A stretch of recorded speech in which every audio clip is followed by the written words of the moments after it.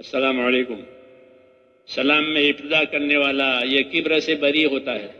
جو سلام میں پہل کرتا ہے اس کے اندر کبر نہیں ہوتا. اپنے بھائی کو سلام کرنے میں پہل کرے. البادی بھی سلام بری عن الکبر، کہ سلام میں پیش قدمی کرنے والا جو ہے وہ کبر سے بری ہوتا ہے، تکبر سے پاک ہوتا ہے. سلام سکھایا، افشو السلام، سلام کرو لوگوں کو.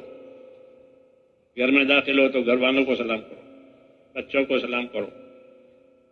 حضور صلی اللہ علیہ وسلم ان بچوں کو بھی سلام کرتے تھے جن کے اندر جواب دینے کا شعور ہے.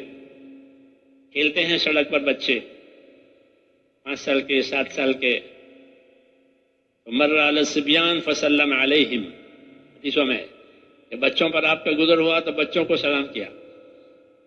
سلام کی تعلیم، سلام کی سنت. پھر وہ بچے سلام کا جواب دیتے ہیں، وعلیکم السلام، سلام سیکھتے ہیں.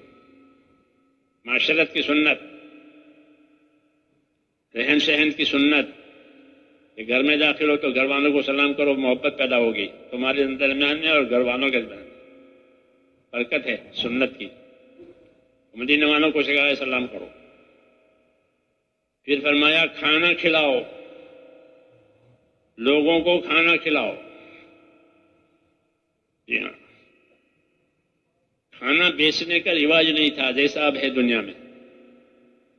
کھانے بیچے جاتے ہیں، کھانا بیچنے کا کوئی رواج نہیں تھا، کھانا کھلایا جاتا تھا.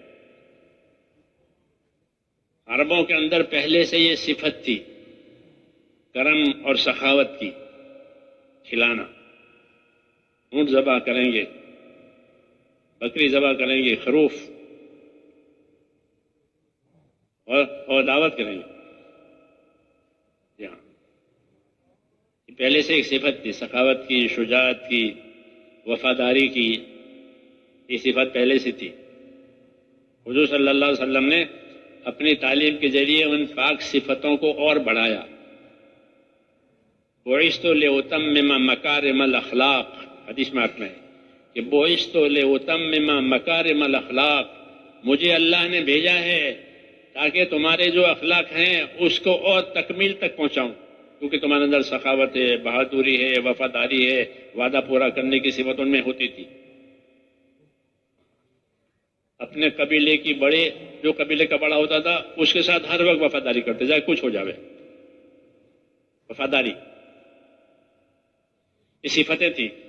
حضور نے اور اس کو بڑھایا اور اس سے اور اونچے اخلاق پر آپ ان کو لے گئے. تو سخاوت کی تعلیم دی. کھانا کھلاؤ، یہ احسان کا شعبہ ہے اللہ کے بندوں کے ساتھ. انصار مدینہ سے فرمایا کہ تم جاہلیت کے زمانے میں تو بہت فیاض تھے، اب اسلام آیا تو کیا ہو گیا تم کو؟ کیوں؟ تو انصار مدینہ نے اس تنبیہ پر اپنے باغوں کی طرف جو احاطہ ان کا تھا، باڑ لگائی ہوئی تھی. بعض مرتبہ کانٹوں کی باڑ بھی ہوتی ہے، بعض مرتبہ مٹی کی چھوٹی چھوٹی دیواریں بھی بناتے ہیں، حائط اسے کہتے ہیں عربی میں. تو انہوں نے وہ دیواریں وہ توڑ دی. اب جو بھی مسافر آنا چاہے گا ضرور ہمارے باغ میں آئے گا، کھائے گا. کھول دیا دروازہ. کھانا کھلاؤ، سخاوت کی صفت پیدا کی. جی ہاں، احسان کی صفت پیدا کرائی ہے. جی ہاں، کیوں کہ اللہ نے مال دیا ہے. والمنفقین، مال کو خرچ کرنے والے. متقیوں کی صفت میں سے ایک صفت یہ، المنفقین والمستغفرین بالاسحار، مالوں کو خرچ کرنے والے، پچھلی راتوں کو اٹھ کر اللہ کے سامنے اپنے گناہوں کی معافی چاہنے والے، عبادت کر کے. یہ متقیوں کی صفت بتائیے ایک بندوں کی. تو یہ سکھا، احسان کرنا سکھایا. احسان کرو اپنے مال سے، اپنی طاقت سے.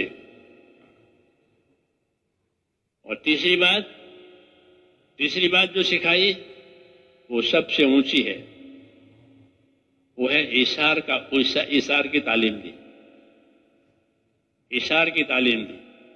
ایثار کا مطلب یہ تھا کہ اپنی ضرورت نہیں دیکھے گا آدمی، دوسرے کی دیکھے گا. اس لیے انصار نے ایثار والی صفت اپنے اندر پیدا کی. انہوں نے جو نصرت کی ہے اللہ کے رسول کی، اللہ کے دین کی اور مسلمانوں کی نصرت جو کی ہے، اس نصرت کی خوبی اور خصوصیت یہ ہے کہ انہوں نے نصرت کو ایثار کے ساتھ کیا ہے. یہ انصار کی خاص صفت ہے. ایثار کے ساتھ کیا، اپنی ضرورتوں کو نہیں دیکھا، بھوکے بھی رہے، پیاسے بھی رہے، کپڑوں کی تنگی بھی برداشت کی، مکانوں کی تنگی بھی برداشت کی، لیکن دوسروں کو دیا. یہ ایثار کہلایا. اس صفت کی اللہ نے قرآن میں تعریف کی ہے، جس کو آپ حکایت صحابہ وغیرہ میں پڑھتے ہیں کہ بھوکے رہ کر مہمان کو کھانا کھلا دیا. یہ ایک دن کی بات نہیں تھی، بلکہ ایک صفت، کیونکہ یہ چیز حضور صلی اللہ علیہ وسلم کے گھر میں بھی تھی. آپ کے گھر میں ہمیشہ ایثار رہتا تھا. دوپہر کا صبح کا کھانا کھایا تو شام کا نہیں کھایا ہے، شام کا کھانا کھایا تو صبح کا نہیں ہوا. کیوں؟ حضور صلی اللہ علیہ وسلم غریب آدمی تھے کہ نہیں؟ غریب آدمی نہیں تھے. تو پھر کیا تھا کہ آپ کا گھرانہ ایثار والا تھا. افطار روزہ ہے تو افطار کے لیے عائشہ صدیقہ کی حکایت پڑھتے ہیں، حکایت صاحب. کوئی آیا تو جو روٹی تھی فرمایا دے دو.